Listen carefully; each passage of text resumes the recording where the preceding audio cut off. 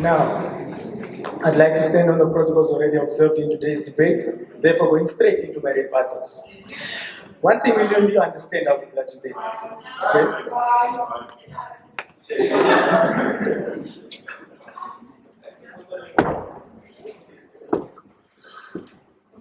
Great.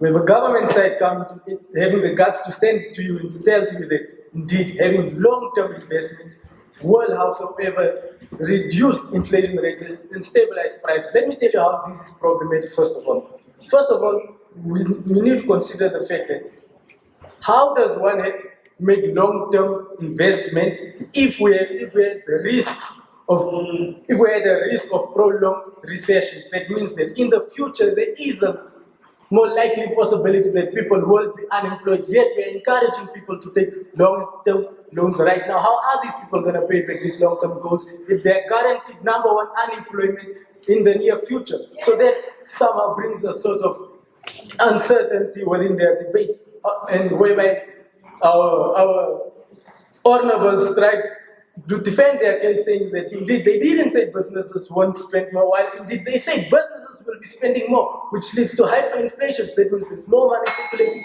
within the economy, which leads directly to inflation. That means prices won't be stable. There will be an up and down of prices within the economy. So what we receive from government side is, first of all, they don't have solutions within their arguments, and they're bringing to you guys ways that indeed prices won't stay stable. And that's the problem that we're trying to achieve within today's debate. Now, how's it like? First of all, just a moment, sir. First of all, we need to understand, in today's debate, we need to understand that we are not against price stability, first of all. And we need to understand that we are against the prolonged recessions that is not beneficial in stabilizing prices, first of all. That's what we need to understand in today's debate. Now, how's it like? Are we risking and how? Just a moment, Ben. Okay, yet they fail to acknowledge the fact that prolonged recession, number one, will cause economic. They fail to acknowledge the fact that prolonged economical recession will discourage economical growth, number one. Once economical growth is discouraged, we agreed in stabilization of prices outside. So, government side today is trying to bring to you guys, look, we're trying to stabilize prices. Yet they are bringing to you guys ways in how prices can be unstable, which is very inconsistent within their arguments.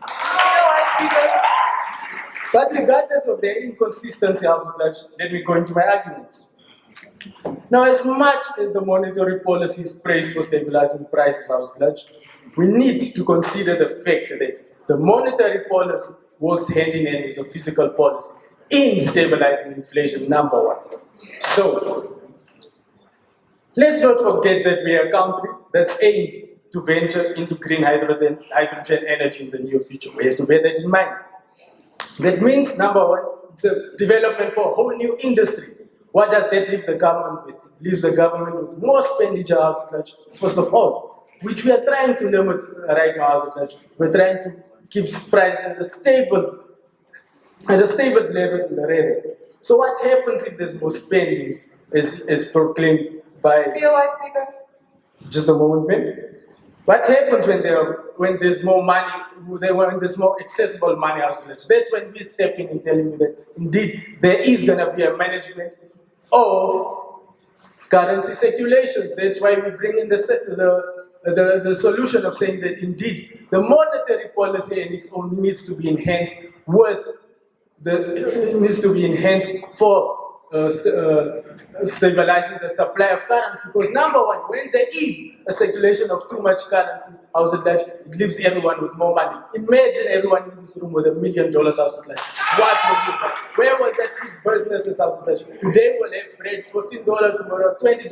That leaves again prices being unstable. Yes, ma'am. What is the link between price stability and the green hydrogen project? Now, how's it logic? What I was trying to bring into today's debate is that we are heading to a new industry. Heading to a new industry means that no more money needs to be spent. When more money is going to be spent, when a new industry is being developed, our price is going to be stable. So that's where the catch is. But